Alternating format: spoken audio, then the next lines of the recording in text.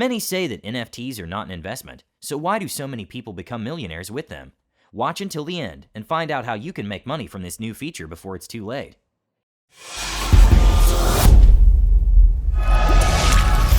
Think bigger.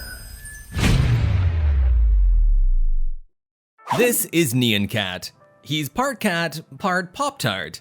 The gif of a rainbow casting feline was a viral meme back in 2011. Fast forward to February 2021, the original gif was sold at an online auction for 300 Ether, the cryptocurrency that powers the Ethereum network. That was equivalent to nearly $600,000 at the time. You may be asking, how someone can own the original copy of a GIF that was pervasive around the internet?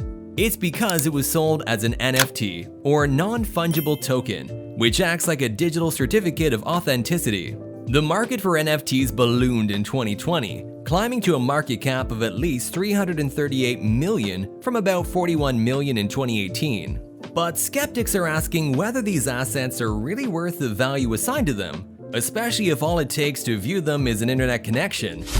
So basically, it's like I've made a little video of me, I've made a video of me, a 30-second video of me like running around, a park or something like that.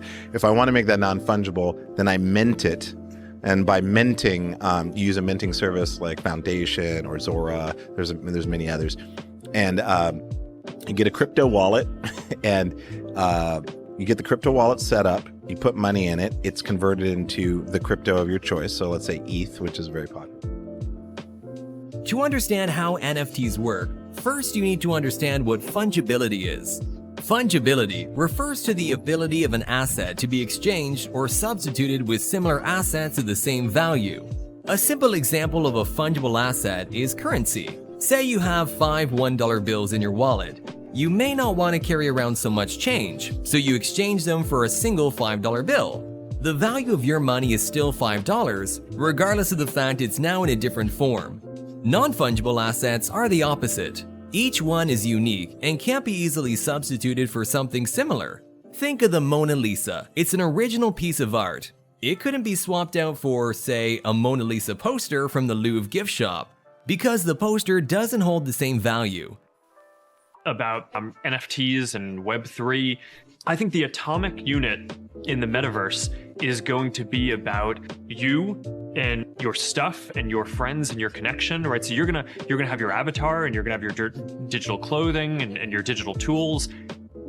The idea behind NFTs is that you have this digital signature in the way that a great work of art might bear the signature of the person who created it. So you can always go and look at the original and say, yes, this is the real one. This is authentic. A NFT winds up having that through the blockchain, where the information is recorded.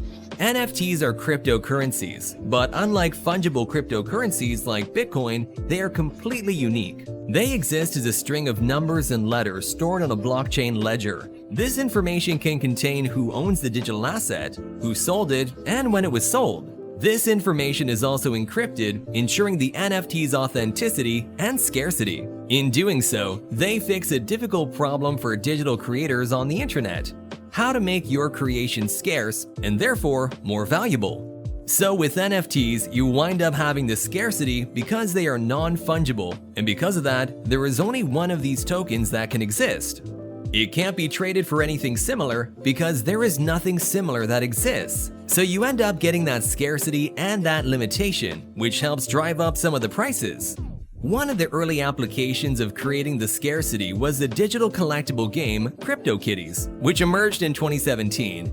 Users were able to buy, trade, and breed digital cat collectibles. Each new cat was an NFT, which certified its originality and ownership. Since then, NFTs have been applied to video games, digital art, and sports memorabilia.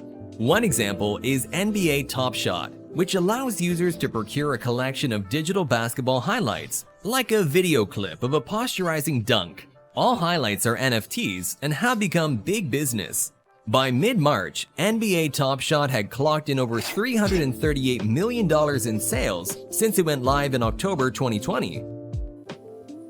Like 12 people know what it is. Well, I barely know. Can you explain what an NFT is? Well, it's a non-fungible token. Non-fungible. yes. Okay. Which is basically a digital contract that's on the blockchain. So you can basically sell anything from art to music to experiences, physical objects. Non-fungible tokens are making their way into the mainstream art world as well. People are really excited about NFTs because unlike with the blockchain underlying Bitcoin, you can do a lot more complex things with it. You can end up setting terms within it, such as the original creator. Upon each resale of the asset will get X amount, or you can take it and you can have an NFT that itself mints other NFTs, and it goes having all these really untested applications. The surface has only been scratched in terms of its potential. Along with all the hype around NFTs, experts have raised some concerns. One issue is that not all NFTs verify the person selling a digital art piece is actually the original creator. This is difficult, particularly in online marketplaces. One of the concerns is that anyone can essentially go on a lot of these marketplaces and say, "I'm the person who created this token," and it can be really hard to verify that, especially if you don't know who they are or if they're saying they're someone they're not. And some are skeptical that ownership alone makes digital assets valuable.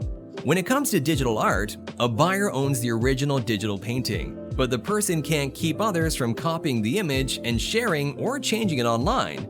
Proponents are bullish on the potential for NFTs, but critics are wary that it may be a digital bubble in the making. Is blockchain strange to you? We will make it simple and show you how this technology works step by step.